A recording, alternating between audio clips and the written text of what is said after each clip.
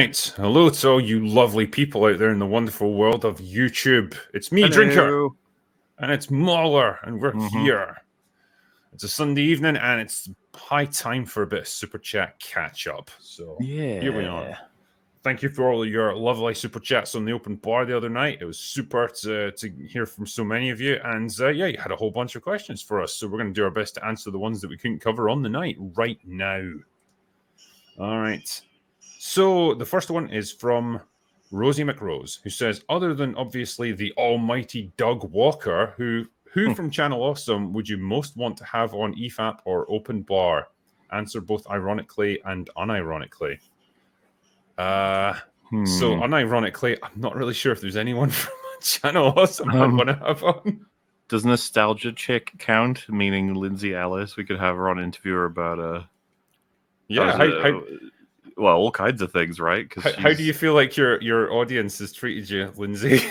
Yeah, there'll be plenty of questions to ask her. That would count. But I'm kind of with Drinker on the other side of this. Of just like, I don't know, they're all fine. They can do their thing. Spoonie used to be in Channel Awesome, didn't he? For about 5 minutes. I don't think that Spoonie exists anymore. The one you got left is. Yeah, it would be interesting to bring him on and say, "What on earth happened to you, my friend?" I used to think be interesting to talk to him, I guess. Yeah. Huge inspiration for loads of big YouTubers, that guy. Yeah. It's mental now to think those guys were in at the ground floor when YouTube really started, weren't they? Like, they were the first batch of movie reviewers and what's crazy is a lot of them are still going, but the channels don't get, that much engagement. You'd think, kind of like in the same way DSP or Nostalgia Critic, that they can just sort of, they would have gotten a career from the fact that they were so early. Yeah. I think in some cases, like, burnout's probably a thing. Particularly with someone, I noticed it with Angry Video Game Nerds. Like, God love the guy. He's produced some absolute bangers over the years, but it feels like his heart's not really in it anymore. He's just doing it because it pays the bills. I remember going like loads of trouble just for saying you didn't want to watch Ghostbusters 2016. Remember that? Yeah, that was like national news covering that. That's insane. Like, yeah, I think they called it like an unhinged rant or something, and it's literally just him calmly sitting there going, "Yeah, I don't think this movie's for me. I'm not." Oh, dude, he was so reasonable. He was just like, "This isn't going to be made for me. I'm not going to enjoy it, so I'm not going to review it." It's like, oh my god, you monster. Yeah. I mean, he's still there. Like, he's still going. I never really got into Doug Walker, like the Nostalgia Critic. It's just. He's always been a meme to me. Yeah, I mean, I can see maybe he had his place, like, from a jokey point of view, but like the sort of screechy, high pitched, like, shouting and stuff. Like, I just never enjoyed channels like that. Yeah, no, I'm with you. So yeah, there's your answer, sir. Chris Evans, presumably not the actor, says Thrawn had 4 Force users, 2 capital ships, several support craft and fighters, a stronghold, and a regiment of soldiers. He faced 3 Force users on a damaged ship. He barely escaped, losing a large chunk of his resources. Yep. Absolute fucking win. Clown. What you mean is he won completely. Yeah. Those were acceptable losses, Mauler, don't you know? Well, he even admitted, like, what a great opponent you were, Ahsoka. And she's like, we were fighting? Like, I barely got what? I just, remember characters like Hans Gruber, right? He's got a great plan. He doesn't always reveal everything to his fellow terrorists, but like, he's got everything worked out. But he also has to contend with a lot of problems along the way, and a growing list of problems caused by McClane, the FBI showing up, the building coming under assault. But he still remains pretty cool throughout it. That's a good villain. I like that. That's not what Thrawn is, though. I think in the production of Die Hard, the scriptwriter had to solve that problem the whole time they were thinking about it. Was what was their escape plan for the building in Die Hard, and when they were making the film, they had to come up with it on the fly at the end, and then they had to worry about trying to fix it with continuity from the beginning because it's the van that's in the truck, right? Mm-hmm. And it's like you can tell that it's not in the truck at the beginning. It's funny that they knew when they were making it. It's like, we've got to make this make sense. We've got to, the villain can't just be retarded and just running around doing whatever. It's got to actually have a point. I I was watching like a little documentary on Die Hard and how it just reset so much about people's expectations for action films and action stars and formats, because then it got copied to hell and back. And I'm telling you, all these little components, like making Thrawn intelligent, would go a long way, guys. Oh yeah, yeah. Because you could have put real obstacles in his way and like have him genuinely have to be resourceful and make smart decisions under pressure to get out of this one. No, that's not what we got. Barry Ryan says, up to day 19 without a drink, being sober in Australia. Who would have thought of it? Nice one.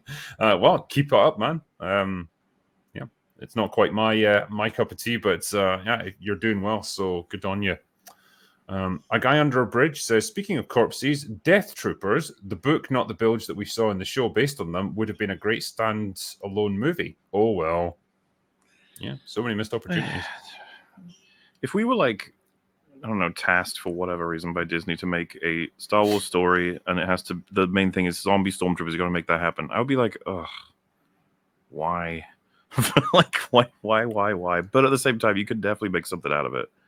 Isn't the whole point of zombies that the thing that's scary about them is like you see a human that's like devoid of their humanity, like they're just a walking corpse now. They're terrifying, they're decomposing, and they can bite you. Now all of those things are negated when they're hidden behind a fucking mask. Well, then yeah, they just look visually exactly the same as a regular stormtrooper, except they waddle around like they're drunk. That's so you mean the exact same?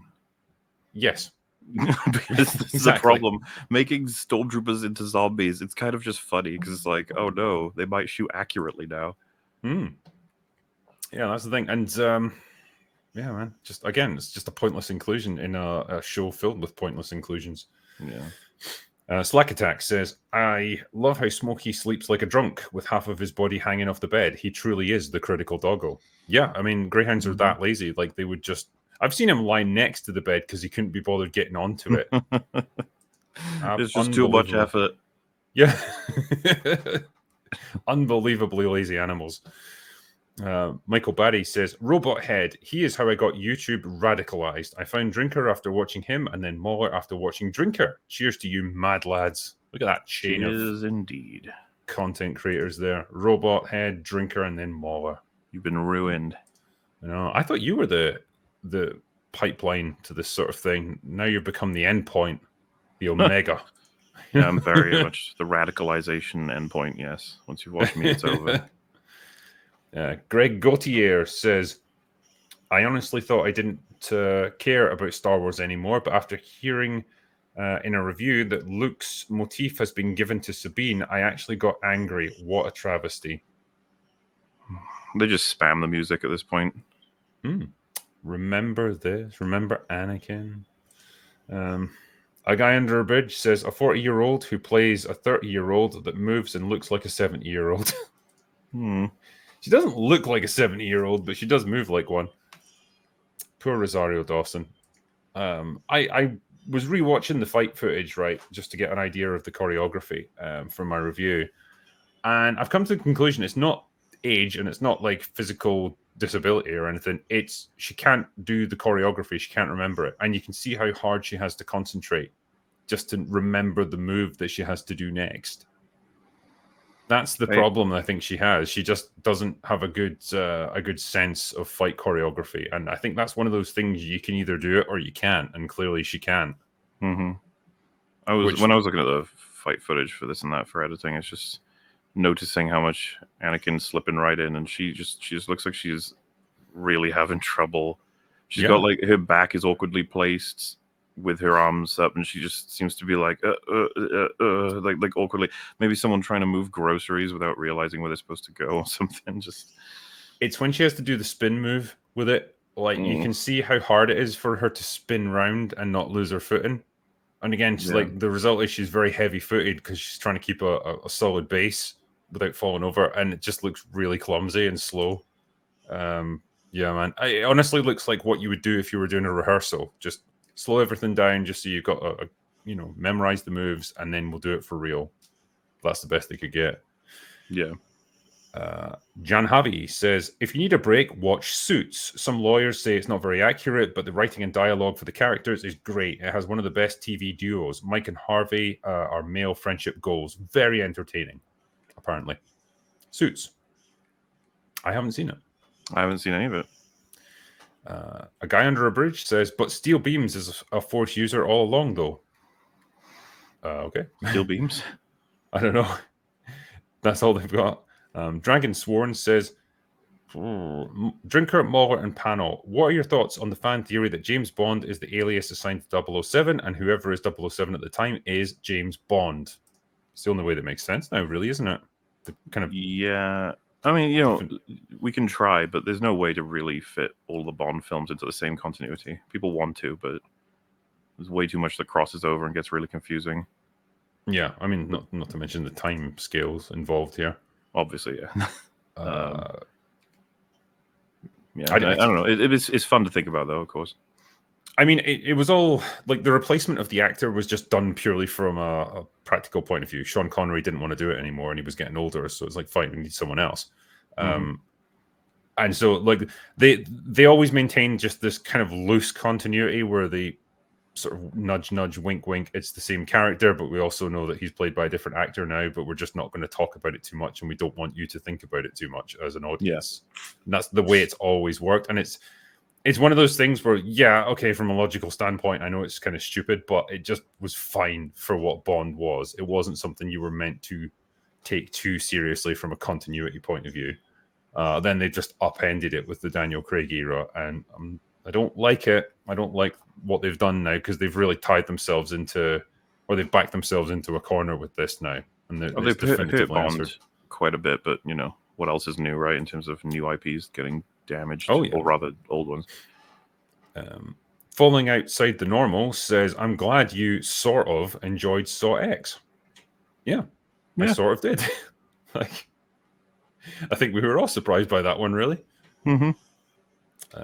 Gary's Beard Crabs says, Christopher Lee was nearly 80 and moved better than Rosario Dawson. Even when you account for the experience he had sword fighting, it's just sad. I mean, I don't think that was really Christopher Lee in Attack of the Clones who was doing that fighting. They just really awkwardly composited. No, only the close-up stuff.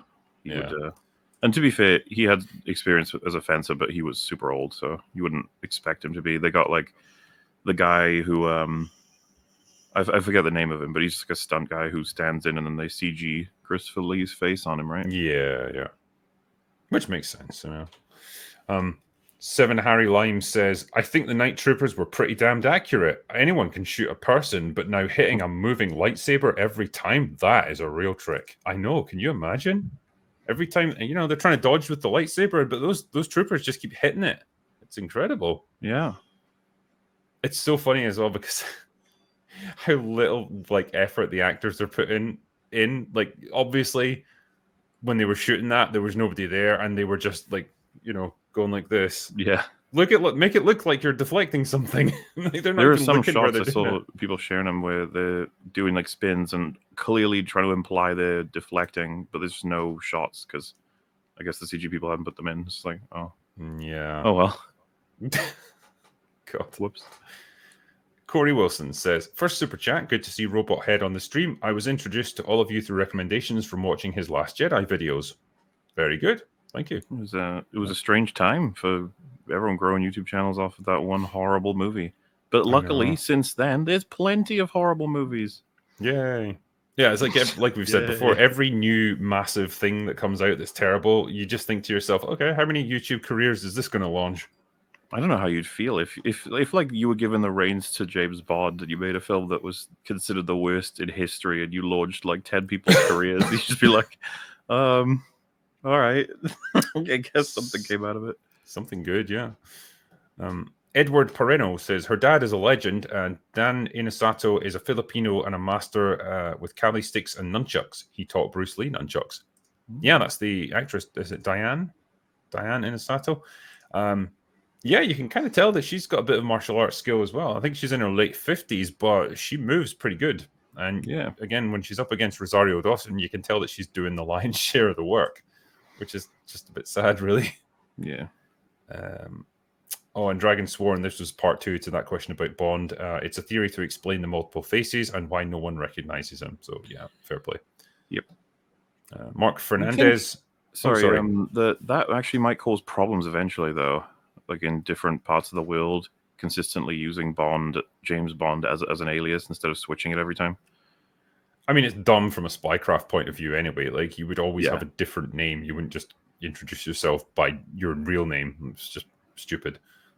It's just done because it sounds cool, and he gets to say that Bond, James Bond.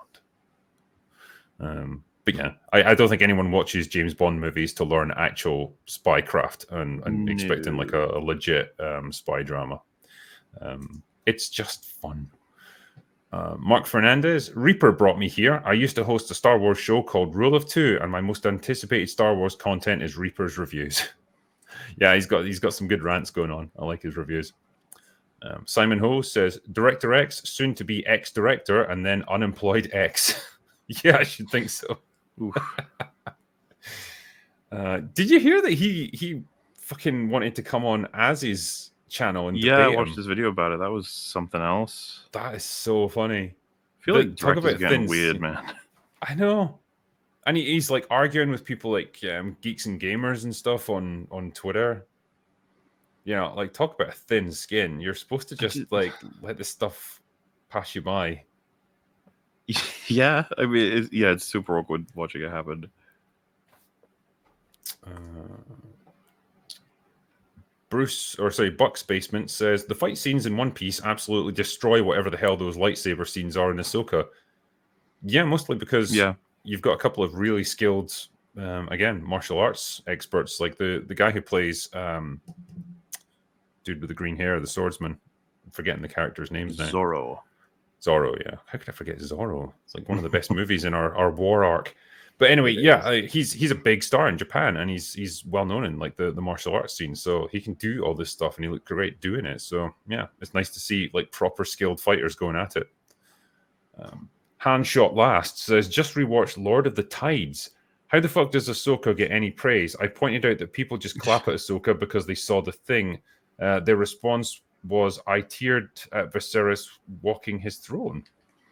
Yeah, they super chatted to me about this in my Sekiro stream. Apparently, they were having an argument with someone who said, like, it would be more embarrassing to tear up at Viserys doing his walk than it would be to clap at Anakin being there. Which is... I'd love to know their justification for that.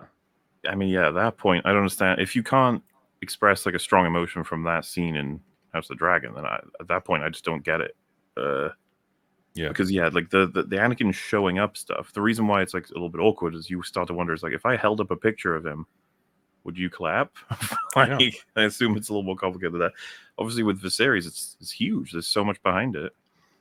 Yeah, well, it's been built up over the whole season. It means a lot, to see this guy gradually deteriorate and know what he's going through. Like that's meaningful, like setup and payoff. With this, it's just dropping in something that people vaguely recognize. It would be the same if they had the Millennium Falcon like show up in one of the climactic battles to save the day, with no like preparation and no foreshadowing. It's just there. Oh, they probably clap like just as much. Skywalker. Yep. Yeah, good times. Pretty much. Mega Spidey Man says, hey lads, do Mauler, Robot Head, Reaper, and Disparu have any favorite animals? Also, what's your favorite animal-centered films? Lion King, OG for me, just classic. So since the others aren't here, I guess it's down to you, Mauler, because apparently they don't care what I think. They didn't ask me. You're a given, okay? Every question goes to you as well. But all right, favorite animal. I mean, we've been asked this a couple of times on EFAP. My answer usually comes down to shark. I think they're one of the like coolest fucking animals ever. They were designed to be cool. Meanwhile, like spiders were designed to be creepy, and eagles and horses and stuff like that have like a majesty element. And then bacteria just has a fuck off element. Like, you're a worthless piece of shit. But yes, I like a lot of the classic stuff too. Like big cats are really cool. Lots of them, all of them. But that's typically, I mean, if I was to be completely honest, especially if we're including extinct animals, the T-Rex it's just one of the coolest things that ever existed. Let's be honest. I really like manatees because they're so fucking stupid looking. I relate to them. Yeah, I was They have at a lot going on.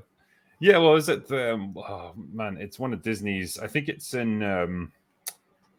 Yeah, probably Animal Kingdom. Actually, there's an aquarium there, and you can just stand in like this big sort of atrium underground where you've got the big tanks on all sides. And there's one that's got manatees in it, and one just kind of slowly glided past, like, and did like a spiral, like a corkscrew as it went, and it just looked like the dumbest thing, but kind of funny as well. Like it just looked like it was a pretty chill animal, and I thought, yeah, I like you, I like your style. Yeah. And yeah, favorite animal centered films. I always really like Fox and the Hound. I thought that was a great one by Disney. Yeah.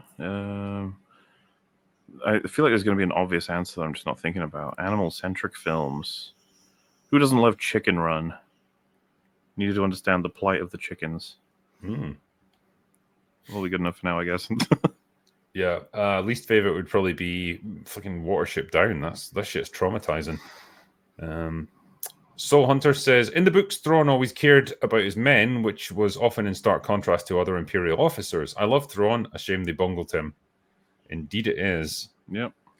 Yeah, it just seemed like an odd one here. When he's doing these weird things like, a couple of our TIE fighter pilots have gotten killed. Give those men commendations, or we need a bunch of them to stay behind and be cannon fodder to delay Ahsoka. Make sure they understand what they're sacrificing.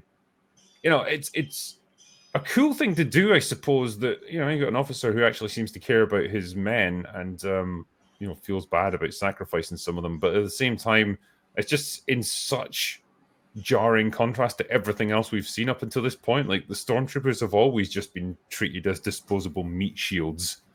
I don't think I've ever seen anyone care about them individually. It's just like, the only care is, are we going to run out of them before we stop the enemy? I suppose part of, like, if we were given Thrawn, I would probably want to change up a lot. I probably would want to pretend as though all the other shit doesn't exist. Or, like when Taika made it canon that stormtroopers can't aim. I would probably want a scene. Taika. I know. I would want a scene that explicitly counters that, like Thrawn going to the training areas and seeing how fucking and for them to match. Do you remember what Obi-Wan said? Something like, only stormtroopers could be this precise. Mm-hmm. It's like, yeah, we're gonna go back to that. We're gonna go back to them being fucking scary. That when they turn up, they're gonna kill you. Andor gave us elements of that, where it's like there's an escalation of force that's applied to a problem, where like it's initially just local security forces and stuff, and then when the situation's starting to unravel and get out of hand, then the stormtroopers show up. Like, that's when the Empire flexes its muscles, and it just feels really significant then when they're there. It's like, oh shit, things are getting real now. These guys are going to, like, the boot of the Empire is going to come down on this. That was cool. Yeah, I want them to be intimidating. I want them to seem like actual threats again, instead of just these ridiculous cardboard cutouts that just get plowed through with no effort whatsoever. And a lot of this, to some extent, I blame on the prequels. Just watching Anakin and Obi-Wan, just first it was the droids, then it was stormtroopers. They just like go straight through them like they're nothing. Yeah, because you get to see the lightsabers swinging around, and people like the colors. I mean, I'll buy it more with the droids than anything else. It's just that even then, you do wonder, right? You're like, why do they build such shit warriors in war? The super battle droids are so much better than the battle droids. It's like, you got to wonder about the production costs. I guess the battle droids are really cheap or something. Maybe, yeah. The moment you've got a shield on it, it's like, well, okay, you've got a real advantage there. Yeah, the droidekas are fucking way better than both those classes, but maybe they cost loads of money. Yeah, because you can tell they're low on resources, these people. Like, yeah, enormous battle fleets. The fan with no name says, Ahsoka feels like it was written by high schoolers with a middle school reading comprehension. How can a profit-driven organization stoop this low? I think they've honestly lost sight of like what good writing even is at this point. Just Dave Filoni's just a guy who seems to care about Star Wars and is capable of churning out half-decent content. It's probably because like he had so much success with Rebels, which is a kids show essentially. That's the mentality that we've got with this. Well, the fact is, like, Drinker, if you were to meet up with him and say, like, why don't you do this like thing for the character? He'd be like, I did. And you'd be like, oh, I mean, like, you know, something a bit more detailed, more in depth, like to develop the dynamics. He's like, I did do that. And just like, not really. You mostly implied it. And he's like, yeah, because it's more for the viewer then to unfold it themselves, you know? Yeah, and then it's like, Dave, you understand that whole like show don't tell thing, you know? That Yeah, you learn in like, yeah, I feel like first day of writing school. Imagine he fucking said that, like you said, like, why did we do something more like my brother? He's like, because I'd rather the audience interpret it instead of telling them how to think and feel or something. He'd be like, oh god, Yeah, Dave, please don't do it, Ryan Johnson, please. Royal Raptor says a Star Destroyer has 48 TIE fighters, 12 bombers, and 12 interceptors. They sent 2, even if they had less, send like 12 fighters and 4 bombers. I would send fucking everything. Like, this is the one and only threat that you face here. Why not just send overwhelming force? And if you lose half of them in the process, so what? You've eliminated the only thing that can stop you. Now, it's worth it. It's probably the only thing I kind of enjoyed about the throne scenes is Morgan Elsbeth kept looking at him like, what the fuck are you doing? Every time he made a choice that was opposite to what he'd done last time, she was like, okay, but why? And then he was like, because it makes sense and I'm winning. It's like, okay, yeah, sure. I obviously I'm not big brain, so I don't. I just don't get it, man. He's like, yeah, it's okay. I'll teach you someday. I loved what we discussed the other night, where it's like they're raining down fire on Ahsoka from the Star Destroyer, and none of it's hitting her. And I just loved him to be like, "Why do our guns not work anymore? Like, wait, why does nothing hit them? We shooting illusions here? Like, what's going on?" Did I tell you to target everything except them, or what? Did you misunderstand me? Jordan Pendragon says, I recently saw an announcement stating that Greta Gerwig is set to direct the next Narnia films for Netflix. I'm curious to hear your thoughts on this. I'm sure she's going to bring a distinctly feminist perspective to it. I'm sure because I guess that's really all she can do, because that's all she is. I don't know. He also says, I can't say I'm keen on the director-writer of Barbie and Snow White adapting one of my favorite book series into some forgettable mumblecore rubbish. You shouldn't be. No, you really shouldn't be. And it does make me wonder as well, like, because she's obviously riding high after Barbie, but having written the script for Snow White, which is almost certainly going to be an unmitigated disaster from a financial point of view, is that going to harm her reputation? Or will people just overlook it and be like, nah, it was kind of Rachel Zegler that tanked the movie? Yeah. Yeah, I was more asking you rather than just making a point. I mean, oh wait, I think I misunderstood what you said. Say it again. Well, so obviously Greta Gerwig directed Barbie, which is, you know, done fantastically well, biggest movie of the year. So her stock is very high in Hollywood at the moment. She also wrote the script though for Snow White, which is destined to probably fail. I think we can all safely say that it's going to be a massive disaster. So, like, what is that likely to do to her reputation? Is that likely to harm her, or will they kind of overlook her contribution and just say, well, Rachel Zegler kind of tanked it, or like the movie was just badly received? I feel like generally our culture tends to reward and destroy the director more than the writers, typically, though you still get mentions of writers here and there. The newest episode of Loki, I don't know if you've seen it, people were like, oh my god, Michael Waldron's so much better as a writer than Jeff Loveness, because Kang is actually a threat in Loki, but he's not a threat in Quantumania. He was a clown in that, which is amazing. Obviously, for one reason being that he was portraying him as a clown in Loki season 1. He explicitly said that, trained as a clown, helped him portray Kang. So that's just funny.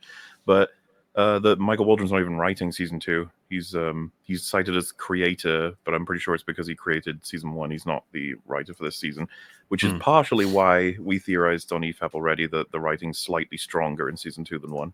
There's like a joke they told that we were like, oh, that's kind of funny. What the hell? Oh my god! Yeah, are we saying that Loki isn't completely terrible? Well, it's a, you know, it might be an exaggeration, but I'd probably still say that. Anyway, the fact is that like reputations for writers do go up and down based on movies sometimes here and there, but directors seem to be, you know, is much more of a fluctuation based on their projects. So the clout she's gotten from Barbie has probably sent her much higher than the clout that she'll lose from Snow White could ever do.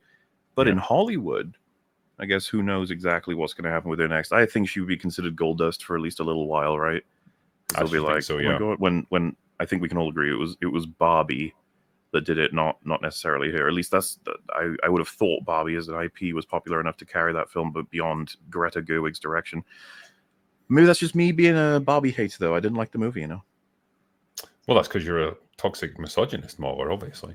Mm-hmm. It's not because you did any sort of media analysis on it. No. Ministry of Wrongthink says Grizzy dropped another shill video. I shit you not, one of them literally went, "It's blue" when seeing Ezra make his saber. No cap. I saw the video and he even says, like, seriously again? Like, it's because you think that when they made fun of, they would stop, but it's like, nope, it's still going. Blue, red, blue. Got a shill. It's too profitable not to, I suppose. If that's what they've made their living off, they've got to keep doing it as they slowly die inside. Trevor Wingard says, Ahsoka has accomplished one thing. It made me buy Heir to the Empire novel so that I can see what the real Thrawn is like. Oh, okay, that's good in one way then. Hope you enjoy it. Yeah. Grant says, what's the best version of Robin Hood? Clearly the Kevin Costner version. I mean, come on, people, let's be sensible here. Andrew Valdez says, the zombies were straight up ripped from Death Troopers, much like Thrawn, except that this isn't Thrawn, this is an idiot that came to a different galaxy. What? Yeah, apparently so. What is a Death Trooper anyway? Can you help me out? Is it literally a dead person? Zombie. So it's a thing, canonically. Oh, probably. I mean, in the books or whatever, yes, I'm guessing so. That's why whenever we say, like, what the fuck is, this, that, and the other, people are like, no, it's in this book and it's not bad. And it's like, we're talking obviously about the execution in these projects. There is a world where they had zombie stormtroopers, and I went, oh, wow, that was really well done. It ain't this world, though. I don't want zombies in Star Wars, though. Go away. Speaking of zombies, though, I'm actually reading the novelization of Resident Evil because someone recommended it to me. It's by S.D. Perry. It was written way back in the day. But they did a whole series, novelizations of each of the games. And it's really good because it actually explains a lot of stuff that doesn't make sense in the game, but kind of rationalizes it in the novel. Cool. And there was one bit that made me actually smile where it's like Jill's been presented with this complex puzzle to try and get a crest that she needs. It's hidden inside a glass case. And she's like, well, I could risk, releasing poison gas into the room or whatever horrible thing's going to happen. And then she just turns her gun around and smashes the case and just takes the crest out and walks away. That sounds really funny. Yeah. Yeah. See, that's the kind of thing you'd love to see adapted that as well. Yeah. So it's very good. Euler's Workshop says, currently listening to Path of Destruction by Drew Karpyshyn, book 1 in the Darth Bane trilogy. One page has more development than any Disney Star Wars show. I'm glad I can read these amazing books. See, when I hear stuff like this, right, and clearly people hold a lot of these books in really high regard, I just think, why? Not why do these people like the books? I mean, why wouldn't Disney just adapt them? Straight up adapt them. How difficult can it be? The authors of these books clearly understood how to write really good characters, give you a good story. Why do you have to go and do your own thing that's infinitely worse? Well, we know with Dave, at least, he's got loads of his own characters he wants to show off and do stories for, to the point where it's excluding the characters of Star Wars. Everybody's asking where the fuck is Luke Skywalker. People are asking why wasn't Anakin invested in Luke and dealing with him, to the point where I assume you saw it, but there was a tweet that was like, since when has Anakin cared about his children? Yeah, I saw that. It's just that's where you just have to give up. It's like, nah, I can't do this anymore. It's fucking insane, man. Thanks, Disney. Yeah. This is, this honestly just feels like a personal vanity project for Dave Filoni. It's just a chance to bring his characters back. That's all he seems to care about. Got them all back in now. All the Rebels, Clone Wars characters, whatever. And the thing is, are they all going to die before the sequel trilogy or something?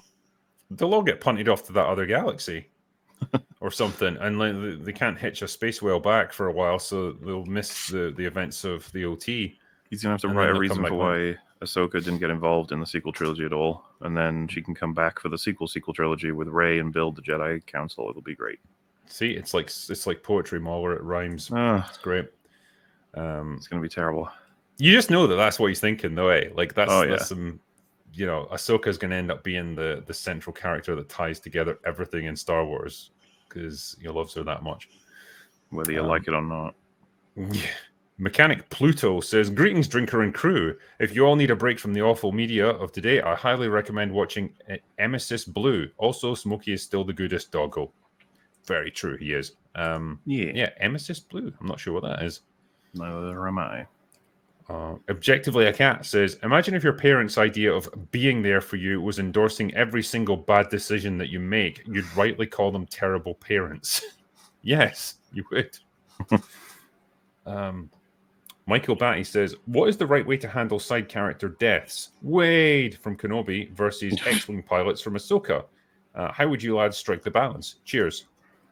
Make people care about the side characters. That's the whole point of them. Yeah, the acknowledgement of their death is going to be relative to their development, and it's basically the baseline, the lowest level is acknowledging people have died. That's what you got to do when people die. All right. When it's a character we know pretty well, you have to show what it means to all the characters that they're gone. And when it's like a main character, that could be what the entire aftermath of the story is about. It's all relative, and it blows my mind that you can have people die in these shows and that they're not seen as people by the writers, and therefore not by the characters in the world, because they're just like it's just representative of the damage that was done in the battle. It's not supposed to mean anything. And you're like, oh, okay, yep. Driving Ahead says, Ahsoka is definitely a step in the right direction for Star Wars, in my opinion, but I agree that the acting is bland. Are you making a review, drinker? Love the channel. Well, since we're now a few days later, I did make a review, and it's out there. I would be really curious, because I described Andor as a step in the right direction. How is this a step in the right direction? Like, what about it are we seeing that's like, oh, good thing that they're doing this now? Yeah, I can only define this as just a step nowhere. It's just treading water, really. It's doing the same things that all the other ones have done. Because saying it's better than Kenobi and, Boba Fett is just like, I don't even, what is that, if anything? Yeah. Andrew Valdez says, also, since when was Ezra Hispanic Indian IF? Seriously, look at a picture of Ezra in the cartoon versus here. Like, what the fuck? I don't know. I mean, I think he was clearly an ethnically mixed character of some sort. I mean, based on what I remember from Rebels. I think the actor was fine. It's just like they didn't give him anything to do. He wasn't a character. He didn't to have a little bit of life, which was nice compared to the others. He seemed like bombastic, even though I don't think it suits his journey as is right now, nor does it suit what's happening at the time. But at the same time, it's like maybe this actor could do stuff, and like Drinker just said, it's like didn't really let him do stuff though. No, and I agree with you. Like the attitude he has, the personality he has, considering he's been fighting for his life for the past 10 years, and he's been marooned in a different galaxy, and he's had nothing but the crab people to fuck. Like, yeah, that should have turned him into a pretty hardened person by this point, and he should not be just like this happy clappy, oh hey, how's it going, kind of guy. And he should definitely not just go along with everything that's been presented to him. The freaking Marvel humor when they were escaping the zombies, they'd be like, "Huh, that's pretty crazy. Whoa, this is new.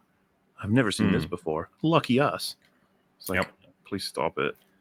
It's one step away from the whole, well, that happened. Yeah. God. John Gates says, Season 2 plot leak. Balin offs himself after learning that this new galaxy is actually Rings of Power Land, and hearing Galadriel's explanation on why ships float. Galadriel tells Sabine that she did nothing wrong, and they all scissor. I think that could definitely happen, yeah? I see nothing wrong with that. It's really going to be tough to explain how Ray Stevenson's not in it anymore. Like, are they just going to recast Balin? Who can play a role like that, or a character like that the way he did? Did we talk about the potentials? I think it might have been Real BBC, maybe, I don't know. But so I've seen suggested the possibility of is it Liev Schreiber? Jared Butler, and then there were a couple of other ones that I was like, maybe. I wouldn't mind giving him a shot, I guess, because I can't see them just dropping his story entirely. They're probably going to recast him. Yeah, I guess they'd have to. Ned Kelly Video says, just want to say thank you all for watching this shite so that I don't have to. I've gotten everything I need. Derision, contempt, and exasperation from it. Yeah, that's pretty much what we felt. Yeah, glad we can help. Self-reassuring title says, Really glad you reviewed Saw X. Suggestion: do a Drinker Fixies for Spiral, the Chris Rock-led Saw movie. It's weirdly fascinating and perfect for a Drinker revision. Don't suffer by watching that piece of shit. It's one of the worst movies ever. And it's even worse when you don't have the context of Saw, knowing like how silly and stupid the terrible there are silly and stupid movies that I really like in the Saw franchise. That one was miserable. Yeah. Oh, what was Chris thinking? The fan with no name says Sabine could have failed at the Force, and then finally, in a split second, her life absolutely depends on it. She subtly uses the Force because she didn't think, didn't try, she just did, as Master Yoda would say. I mean, I don't know that I care that she picked up the lightsaber that much. It's the second thing that annoyed me. I thought that was boring anyway. She drops the lightsaber for no reason at all. Did you catch that in the fight? It just falls out of her pocket so that it can be picked up by the Force. That's the only reason that happens. I was so uninvested in that fight, I didn't even notice how it ended up on the floor. I was just like, oh, it got knocked out of her hand, maybe. I don't know. Her picking that up, I mean, she wiggled some stuff earlier. Her life was being threatened, so was Ezra's. I guess I can buy it. But the thing is, I'm confused as to whether or not she's even supposed to be Force sensitive. I guess so. I don't know. Because everyone is, right? Yeah, well, everyone's special, I guess. But I mean, call me crazy. Like, it kind of feels like the Force is something that it requires a lot of like mental discipline and focus to do, and so it's something that you learn to harness through like slow and patient study, rather than just, you know, it suddenly comes to you in a flash because your life's in danger. Like, I get how that's super dramatic and it's meant to be this big payoff because that's when she's finally able to harness it, but it feels like that's the exact opposite of what learning to use the Force is. Yeah, you know, I'm not impressed by it at all. I guess it would be like, I don't know, I'm a shit painter, but then suddenly someone puts a gun to my head, and in the space of 5 minutes, I paint like the Sistine Chapel or something. Like, it just doesn't seem right, you know. I always liked in Empire when Luke is trying to reach for it, and then he like calms himself down and then reaches for it again. Yeah, because that's the focus that he needs to be able to do it. But yeah, I guess like it's got to be more exciting now. Snex says Ahsoka plot summary: Thrawn gets back, Ezra gets back, Hera's still a general, and Ahsoka and Sabine get crabs. Perfect summary. Shadowy Cyan says in Grizzy's new shill video, we actually get blue. It's blue, and she Kylo'd. Perfect. Desuroku says, gay conservative men are more masculine than liberal straight men. When I first saw your videos, I hated you. Then years later, I came across your videos again, and now I love them. Tyrone Magnus sent me. Okay. All right. What changed? I wonder, why did you hate them at first? Now you love them. Oh, well, I appreciate it. Dragonic Ice Mage says, all I can think of as you guys describe this show is the whole joke. Every time you ask where something... that sense is, Filoni just says it's in the hole. Okay. All right. Alsword says, I think that one might have been lost in translation a little bit. Filoni is the worst Star Wars fanfic writer. He's a child screaming, "Yay, Jedi!" jumping on the couch and coming on everything. Seems like it. Joshua Henderson says, Drinker, about what I said in the last open bar, SH meant She-Hulk. They got what they're paid because they decided to go woke and all the man bashing. Sorry, I'm struggling to read this one because he's abbreviated a lot of his words. But yeah, I think it was discussing the varying pays between actors and the fact that that guy from One Piece got paid way more than like Tatiana Maslany from She-Hulk. Yeah, it was well justified, I think, in that case. 33 Wolf says, I have this crazy theory as to why everything coming out is garbage. People in the industry are fighting back against the Hollywood overlords. Spread the message till bust. All hail KK and JJ. So what? Like they're intentionally trying to bring the system down because they hate their bosses and they just want to destroy everything. I mean, it's a take, I suppose, but it's hard to believe. Arigato says, why didn't Sabine die when stabbed? Because Shin forgot to twist and got after. Pathetic. Yeah. True. Could you imagine what you could just do with a lightsaber if you've impaled someone with it? Like, you literally just can move it to the side and, like, literally cut them in half. It doesn't present any resistance. Like, it just goes through the human body like it's not even there. have you seen people point out? It's like, wait, Morgan died. She got slashed surface level by 2 things, but fucking Sabine got impaled. I don't get it. It's just like, yeah, well, fuck you. That's what. She had her plot armor on, obviously. Yeah. Beans on Toast says, this Thrawn would think the best way to get the attention of a crowded room would be to shit in his hands and clap. And you describe it as a great success. Yeah. Griff Rider says, watching Shield react to Star Wars, I keep hearing the phrase, Star Wars is back. I wonder where they, as Shills, thought that Star Wars went. Have they been lying about liking all the previous Star Wars shows? Yeah. Interesting question, isn't it? I brought this up in my review because it's like everyone was hailing this as like the show that's going to save Star Wars, but then that's what they said about Boba Fett and The Mandalorian and Obi-Wan Kenobi. And guess what? None of them saved Star Wars. Yeah, and we were talking about it as well. Like, who is rewatching these ever? Who's going to do that? Yeah. Why would you imagine booting up Ahsoka, seeing her on that planet collecting the fucking ball, and being like, man, it's going to take a while before we even get to the planet with Thrawn, and then she just fights some zombies, and then it's over. That's the story. You could probably have a more entertaining watch if you played it at like 1.5 speed or something. That would then things would progress at a normal rate. Maybe if you play Kenobi, Boba Fett, Mando Season 3, and Ahsoka all at the same time, and then when 3 shows where nothing's happening, one of them probably has something happening, right? So I think on average, yeah, a lot of average. Yeah, so you'll be entertained almost like an entire TV show when you watch all 4 of them together. There you go. Problem solved. Perfect. Yeah. As you say, though, like I can't imagine there's much rewatch value to any of this. And honestly, I think most of the people who are reacting to this now won't even be able to remember the show in a few weeks' time. They will just fade it from their memory because it's so utterly pointless. Timmy04 says, what are some games that you wish you could play for the first time again? Well, for me, Dark Souls 1, I'd love to be able to play for the first time. Soma, I'd love to play for the first time again. Probably Metroid, Prime or Super, I'd love to play them for the first time. What do you got? Silent Hill 2, probably, for the revelations at the end. I wish, Resident Evil, so I could just go back to being like 12 years old or something and play that, because that was such an awesome, like, visceral experience. It was great. And what else?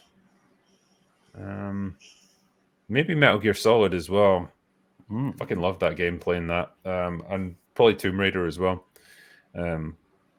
Yeah, just the experience of playing those games, particularly in the time that they were in, like that period, particularly when the PlayStation came out, like going from just the cutesy sort of 2D graphics of Nintendo or Sega to that, it was such an incredible leap. And like getting actual voice acting and stuff, it was such a such a different experience. A Cup of Coffee says, with Force Ghosts able to interact with physical objects, why the hell didn't Anakin help stop Thrawn? Because we were talking about this back in TLJ days. You could have a Force Ghost trolling a Star Destroyer. You could have them in the control room pressing random buttons, and it like causes them to fucking hyperdrive, and they're like, what the fuck? And everyone's like, when Thrawn's in the shower, Obi-Wan makes it super cold. He's like, what the fuck? And he's like, You could actually make an entire comedy sketch around that, just like doing a really goofy laugh in every the time it ends with Thrawn being like, Obi-Wan. It's like da da da da da da. Yeah, great. But they don't have the courage to do it, you see.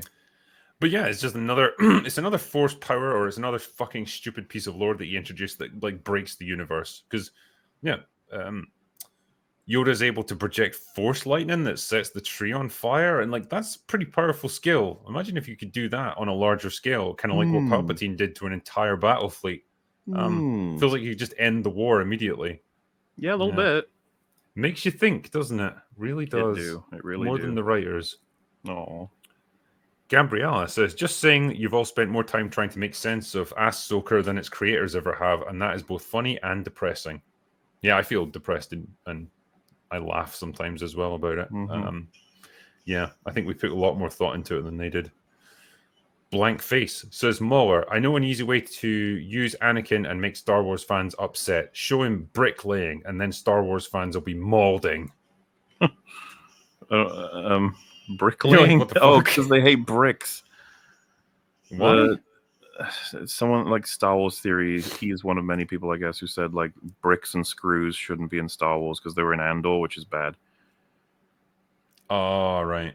And because every like planet should have the equal level of like construction technology. Yeah, which is insane. I don't know why you'd ever think that. I saw someone in my own chat being like, to be fair, that is true. And it's like, no, it's fucking not. Like, it's no fucking way in my sci-fi fantasy across an entire universe that the brick is not allowed to be used. Are you kidding me? the humble brick. Actually, yes, though. The brick is pretty fucking universal in terms of a way to build a fucking wall. I can't believe that we're at this point. Why? Yeah. No, like you can like, and I hate, this is something that does piss me off when you see places like Coruscant and stuff, right? It's all like super sleek, super advanced buildings and stuff. Everything looks very new and modern and stuff. Ignoring the fact that like as civilizations are constructed and gradually grow, like the older stuff doesn't just get automatically wiped away. Like look at any city in Europe or whatever.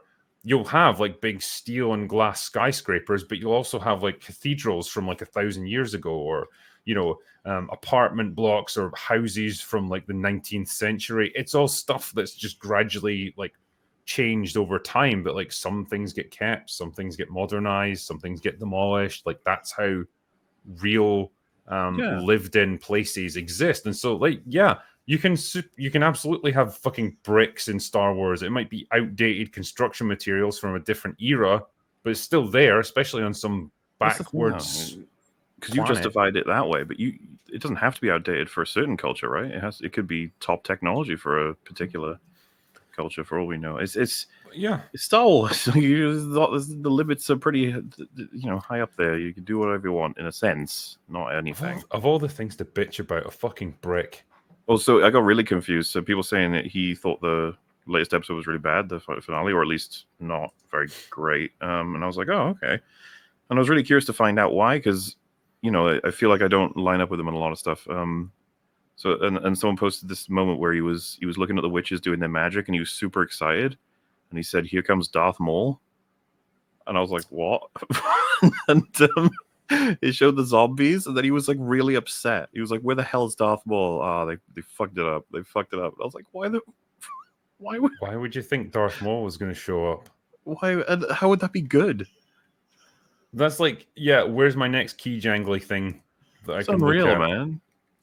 I don't want Darth Maul, but you remember when they had Darth Maul in Solo and he just pulled out his lightsaber for no reason? Yeah, because I on a fucking holographic call. Like, what was it even doing?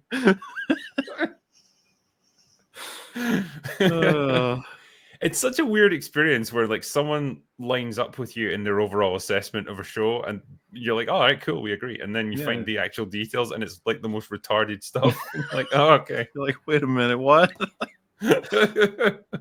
You're on like a stage presenting your case. They're like, yeah, there was too many bricks and not enough Darth Maul. You're like, wait.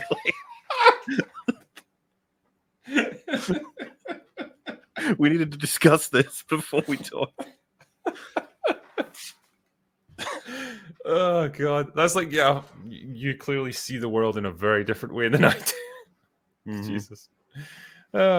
Jay Fraser says, "Hail gents, are you looking forward to Mike Flanagan's Netflix miniseries, The Fall of the House of Usher? Yes. All 8 episodes inspired by the works of Poe, with a giallo twist. Drop on the 12th of October. But we'll be watching that as soon as it's out. Yeah, I'm a Flan man or something. Yeah, the Flan Man. You should be interested, right? Because you loved Midnight Mass. That was his latest thing that you saw, I believe. I like pretty much all this stuff. So sweet. Interested to see what he's got coming for us next. Novacek says there was no conversations between men in Ahsoka. Balin said about 30 words in total to the idiot captain in the first episode and to Thrawn. That's it. Yeah. What's the opposite of the Bechdel test? The Mechdel test or something? No idea. I'm gonna propose the drinker test. So you have male characters that discuss something with each other that's not about women. Let's see if we can pass it. Mike said, the trope that these Disney Star Wars shows seem to perpetuate with their female characters over and over again is known as the protagonist-centered morality, aka it's okay when we do it. That seems to be it. That's the only way I can justify it. It's very interesting to watch it play out, particularly when it's verifiably wrong, but like the show wants you to believe that a character's in the right and totally justified in what they do. I am just baffled with the whole Sabine thing, how she just got away with that shit and nobody even like had a discussion with her. That was insane. Jay Fraser says, Drinker, I recommend Hollywood Scholar as a possible open bar guest. He is a published author who works for Geeks and Gamers. He's friends with Renaissance Nerd and loves Doctor Who and The Witcher. So, there we go. Oh, Hollywood Scholar. Moses Lack says, she had a fucking space whale as transport. Enough said, the show was shit. I can't argue with you either. Night King 1 says, the final fight could have been cool. The actress fighting Ahsoka is Dan Inosato's daughter. He taught Bruce Lee nunchucks. She is a legit martial artist, and it's so bad because she had to obviously slow down for Rosario Dawson. Yeah, I said as much earlier. It's so sad. Dice Punk Studios says, I didn't watch a single episode, but the defining quality of Thrawn is ship warfare. Was there any moment where he takes the Chimera against an overwhelming fleet through cunning and masterful command? No. He fights Ahsoka on a fucking wolf, dog, bear thing that she's riding. That's pretty much it. Joshua Henderson says, first Twitter X and now the woke agenda are claiming Latinos to be Latin X. Current day may as well be called woke modern X then. Yeah, I don't think Hispanic people are too pleased with that either. They're like, no, it's a gendered language we use, so using Latin X doesn't even make any sense from our point of view. In which case, based, there's nothing funnier than like a fucking white person telling them how they should like perceive their own culture. Well, like the white knight stands in front of the victimized minority, and then that person is like, "Fuck off!" It's like I don't need or want your help. Jersey Day says, saw a book titled "If Disney Ran Your Hospital" at Goodwill the other day. Think they decided to use Lucasfilm as a case study. Cheers, mates. AG says, Luke used the Force to destroy a Dark Trooper. Did they? Okay. Angry Happy Funball says, all the cinema scenes from Star Wars Old Republic game are infinitely more entertaining to watch than anything from Disney Star Wars. I could believe that. Yeah. Mo Lester says, could they redeem... I just got that there. Could they redeem Disney Star Wars if the next movie just literally rounded up all these shitty characters and killed them all off with a lightsaber?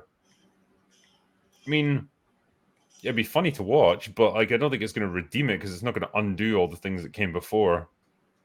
Yeah, unless we do time travel more to undo the events of the sequels. Oh, I mean, the dream would be it was all a dream. That would be our. Yeah. Luke wakes up on the island, or Luke wakes up fucking in the Jedi Temple, actually, and he's got a thriving temple with loads of wonderful students, all appreciating his teachings, and he's like, "Oh dear, I had an awful dream." Yeah. And someone says to him, like, I've heard that there's a possible Jedi on Jakku that's got potential. Should we go and round her up? And he's like, nah. Hard cuts to him decapitated, right? I did what was necessary. Yeah. Richard Dodd says, this show sounds boring and it's nothing like Star Wars. Lightsabers don't matter and anyone can use the Force. Thanks, guys, putting yourself through watching this garbage. Yeah, thank you. I wish I could say we enjoyed it, but we did it. That's something at least. Yeah. Sam Wallace Art says, remember Cap's shield pugilism, Tony's munitions and intel, and Thor's hammer-bound lightning magic? All had different attacks reflecting their backgrounds, uniting to complement each other. Now everyone is just laser peeps. Yep. It's just what I said. Yeah. It would have been so cool to see, Ezra and Sabine and Ahsoka all work together to take down Morgan, because she's that good. It would have covered for, as well, Rosario Dawson being a shit fighter. So why... Fuck Morgan Elsbeth. She wasn't developed, right? So, like, why not have Ray Stevenson have to fight Ahsoka, And then when he's winning for a third time because she's just not good enough to beat him. We have Ezra and Sabine come in, and you can have him be cocky. He's like, you're gonna let these children to save you, and then you make some sappy thing about teamwork, and then he loses. And we were talking about it over. I was like, I just thought it would be a good payoff to have Sabine spare him, encourage Ahsoka to spare him because he spared her. Yeah, it's just like it's just easy. It's something. I think it's funny as well. Like the defining problem with Sabine, like if you can even call it that, was that she's a bit of a loose cannon. She tries to do things by herself. And you think, well, okay, they're going to show her working with Ahsoka to overcome the bad guy. And it's like, nope, she goes off by herself. Does her own thing time and time again. That was what so are you trying weird to teach too. us? Like thematically, the whole season is about staying together. And then they come down to this big fight and they're like, go, we must separate. And it's like, well, we should stick together. No, separate. Okay. It's just, I thought the point was, never mind. It's fine. Yeah. I'm sure Dave would say, well, no, because the point, if you saw it, was that Sabine stayed to help Ahsoka at the end. And it'd be like, yeah, but Ezra left. Yeah. So. And you left her to take on Morgan, not knowing if she would win or not. Exactly. And Ezra would have known that was happening, by the way. He would have seen it. Yeah. But he was like, well, they can handle it. Founding Father says, some say that Star Wars is saved, others say it's dead. Both are right. For those that violently orgasm at the slightest key jangle, it's completely saved. For those of us who want better writing, it's dead. Yep, true. Martin Krog says, Skull, cheers to all of you, and thanks, lads, for ripping Disney a new one. Thank you, man. Absolute pleasure. Thank you. Mo Rocca says, remember when the Force was a whisper in the background, like a gentle breeze that could slightly shift the tide for those who could wield it? Now it's like taking a sledgehammer to a frog. Cheers. Yep. Intelligent Crayon Eater. So what was the end of Balin's story? Did it have some point I missed while I was drunk? Why would they waste the best actor that they had? Poor Ray. Yeah, he didn't have I mean, let's be honest. If they couldn't tell any more story for Balin whatsoever, because they're probably going to recast him, but if they couldn't tell any more story, yeah, it would be nothing. It's like they fucked up. His first season, he only implies some stuff. That's it. Yep. His whole like arc is basically, I have to go off and do another thing that I can't tell you about now. Yeah. So much mystery box bullshit as well. Like, what's in the caskets? Who knows? No one's going to mention it yet. Dredge says, my brain tumor surgery is tomorrow. Cheers, lads. I'd give more, but hospital and hotels are pricey. Stay safe and God bless you all. Cute doggo. Thank you, man. And best of luck with the surgery. I hope it all went well. Yeah. Raven Fang says, is it me or does it feel like us Star Wars fans suffer Stockholm syndrome with Disney? Not me. No. you most people would argue the opposite for me and Drinker. Be like, you guys are biased against them. But I mean, feel like we faced our test with Andor, Yeah. Mike says, Castlevania Nocturne may have been unbelievably flawed in its dialogue and overall story structure, among other things, but Ahsoka proved that there can obviously be worse. Oh yeah, there can always be worse. Never doubt that. Mm-hmm. Doesn't make the other thing good, though. Albert Nada Retro says, no matter what goes wrong, we've always got the X-rated parody. Yeah, I'm sure that'll be better, actually. Better stories. Yeah. Jesse George says, a question for both you and Mauler. I know you guys both love medieval fantasy films like Lord of the Rings, but I was wondering if either of you are interested in real-world medieval history. I mean, I like swords and armor and stuff. I'm not really a student of medieval history or anything. I'd say I'm the same. I'm not super into it, but I love hearing about it, love getting into it here and there. Yeah. So, Shad's your man for that sort of thing. Mm-hmm. Joshua Henderson. Once again, Disney Star Wars has failed. You all can forget about Dave Filoni being the savior. The franchise, this was the last chance for Star Wars, and now it's over. R.I.P. Disney. Oh, don't worry. The Acolyte will be the next thing that saves Star Wars. Don't worry. Dude, do you remember when Ahsoka was like properly getting announced and speculated on? People were like, this one will be good because Dave Filoni's got full control. Yep. Oh, little did we know. Those people must feel a little bad. Intelligent Crayon Eater. Being a female in Disney Star Wars is a path to power some consider unnatural. Can't wait for the Acolyte to turn the girl boss up to 11. Oh, yeah. That is going to go in hard on this stuff. If you thought Ahsoka was bad for this, you ain't seen nothing yet. Adam says, I'm from Nottingham. They are culturally appropriating my folklore and history. That's Robin Hood. Yeah, I say, give it a try, you know. What's the worst that can happen? I mean, Director X will certainly appreciate it. Yeah.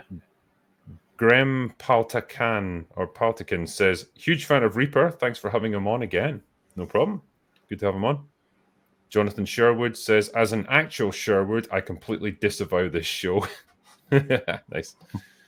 Star Trekker says, wow, thought I'd lost an hour, but unlike Robot Head, I live in real time in Australia. As for Disney Star Wars, it's written by 5-year-olds, 4 or 5-year-olds. They love this rubbish. KK rules, silly. Well, good luck to them. Intelligent Crayon Eater says, can't wait for the reboot of Braveheart with William Wallace as a black disabled trans lesbian who will wear a rainbow kilt and will lecture the king. Do it, I say. It's probably in the works right now. Yeah. Molester again says, on behalf of all of Canada, I'd like to apologize for, well, everything. I know Canadians are very apologetic. Marksman of 117B, Robin Hood treats the worst aspects that have been destroying the black community as if they were normal and something to be proud of. It's shameful. I mean, yeah, it doesn't sound like a great message. Stealing things is okay, Mauler, when the other person's rich, of course. Don't you understand?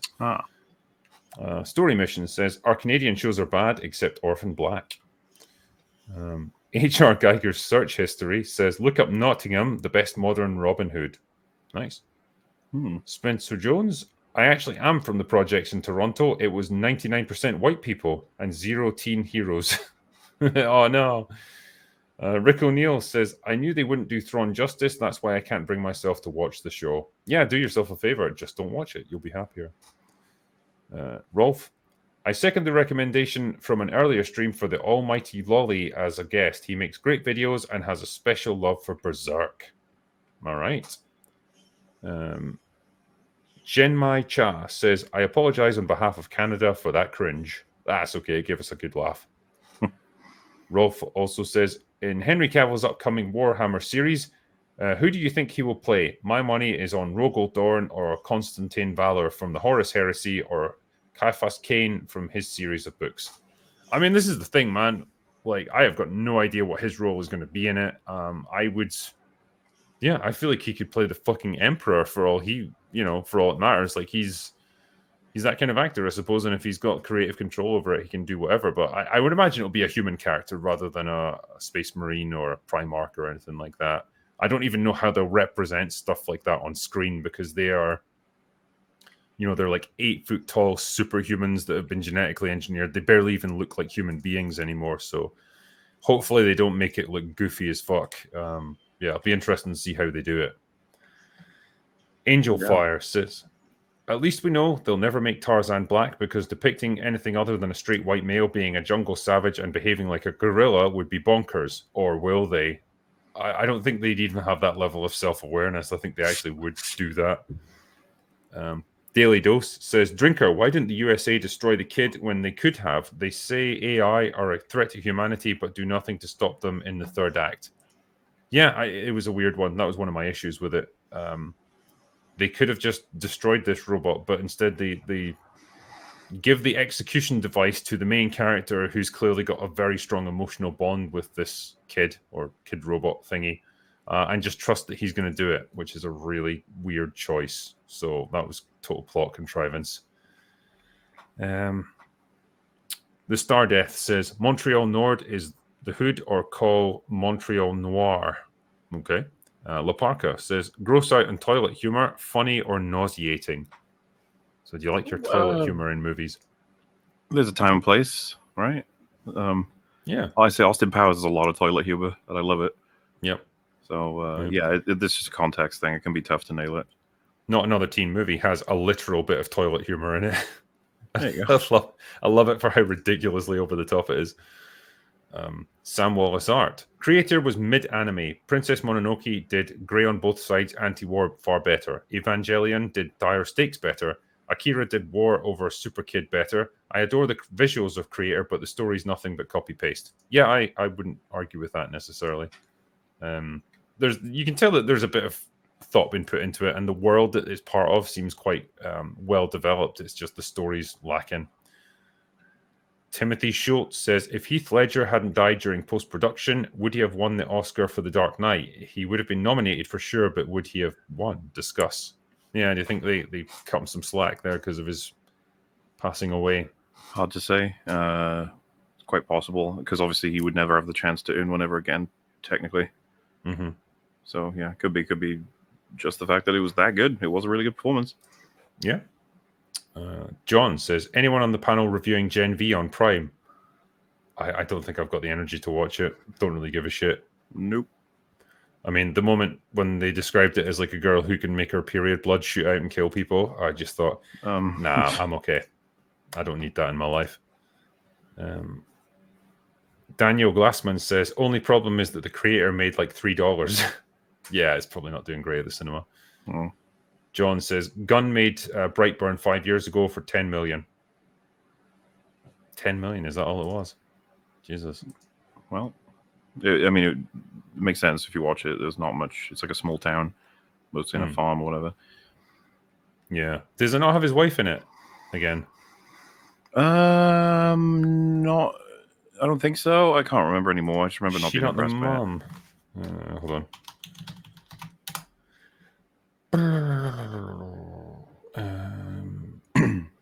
Isn't it? Jennifer Holland is in it. Well, good for her, eh? But yeah, I think the mom is Elizabeth Banks.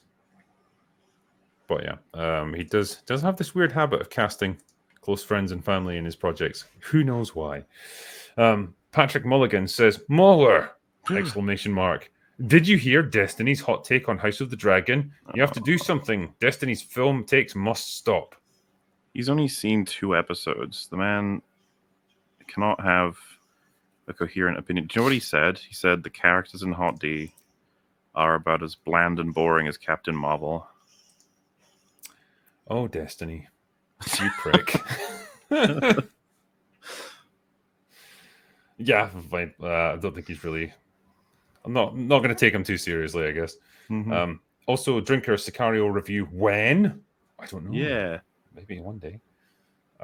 Quantum Theo says, please do another round of doggo plushies. I got a vasectomy yesterday, the last day, and I totally forgot to get one. Please, please, please. I don't understand how those two things are related. Do another critical doggo. Oh, and I got a vasectomy yesterday. I mean, okay.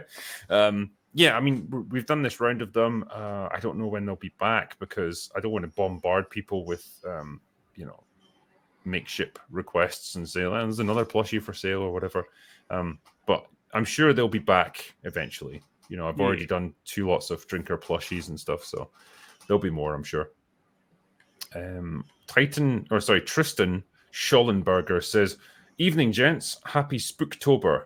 Not sure if the long man will be on FNT tomorrow, but happy early birthday, sir. You've all given me many hours of great entertainment, and here's to many more. Cheers. I was going to try and make it to the Ahsoka finale, FNT, but I had family fleams to get up to with because of the B-Day. Yeah, the B-Day. Sorry, that just made me think of the toilet thing. I had to spend the day on my B-Day. Riley Garraway says, hi, what was your favorite part of Ahsoka? My favorite part is how Sabine finally was able to use the Force. To me, it makes sense because of her being related to Tar Vizsla, first Mandalorian Jedi. Man. My favorite bit was when the lightsaber went. My favorite bit was when the zombies came and went boo, and it was all spooky. I like Baylan Skoll just being an absolute boss. I wanted to see him kill more people, but oh well. Yeah.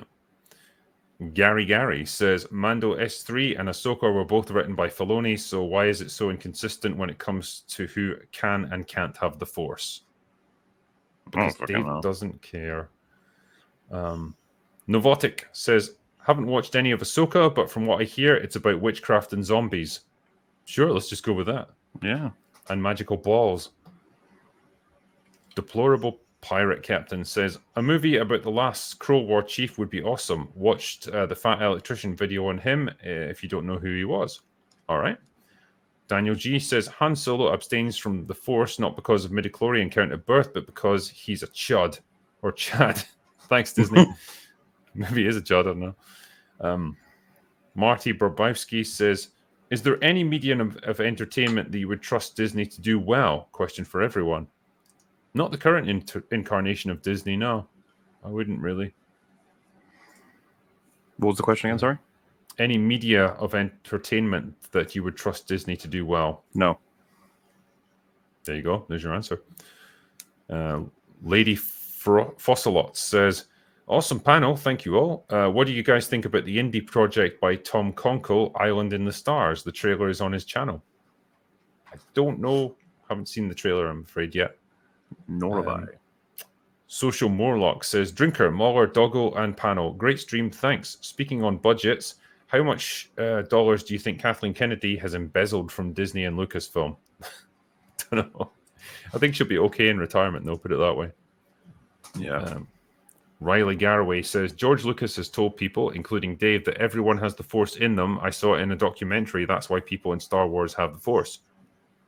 I mean, everyone's got it in them, but like not everyone's sensitive to it. Isn't that the point? You're Force sensitive. Attuned. Yeah, it makes it so that Force users are very, very special. Shadeon says, everything they said this episode was so predictable. True. King Clips says, Huyang says that Justin has abilities from Jedi Dad in episode 4. Jason, I guess what you were trying to say there. Sure, whatever. I mean, don't care at this point. AJ Matheson says, Drinker, what is your profession? Author, Dreamweaver, Visionary, plus YouTuber. I'll go with that. Sounds good. Can we add Playboy in there as well? Isaac Adams says, hello, panel. I feel as though a lot of problems with these MCU and Star Wars shows comes to their limit of 6-episode miniseries. Mostly with the MCU, since these shows start mostly great, but then they have to speed through the finale. I think you can condense a good story into 6 episodes. It's just like either they don't have enough story, in which case they have to spin everything out like Ahsoka, or they just never had a great like narrative in the first place. Sam Wallace Art. In Star Wars Expanded Universe, the Jedi Order runs a corps of charity workers and medics so that Jedi rejects have work to do. Even Padawans don't always make the big leagues. That, I think, would be interesting, actually. You know, what happens to the people who don't quite make the cut? You know, you're Force sensitive, but you're not cut out to be a Jedi. What happens to them? I always assumed they just got murdered, but, you know. Maybe I like that. You just go on, like, you know, charity missions and stuff, like collecting. You know, we'll give you something to do. Amateur Pro says, this question is for the Critical Doggo. Bark, bark. Well, he's not here to answer it, sadly, today. Kevin O'Neill says, hearing all that was said about Gareth Edwards makes me wonder if he had a different vision for the 2014 Godzilla. There was certainly a tonal shift between the early trailers and the end product. That was a weird movie. That weird stitched together like nuclear accident thing. Just, it didn't gel at all for me. And yeah, I remember liking parts of it, but that's about it. Yeah, it does have a feel of like studio interference and like quite hefty reshoots. Forsaken Paradise. Thanks for mentioning Dan Abnett in your Guardians review. He has wrote some of my favorite 40k books. Yeah, he's a good guy.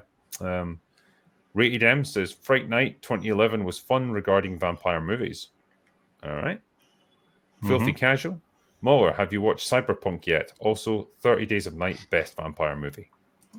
No, I've not seen Edge Runners, but yeah, 30 Days of Night I've seen. I thought that was a neat movie. Yeah. That's it's like in the Arctic Circle or something, isn't it? When it gets to winter time. Yeah. Yeah. It's decent.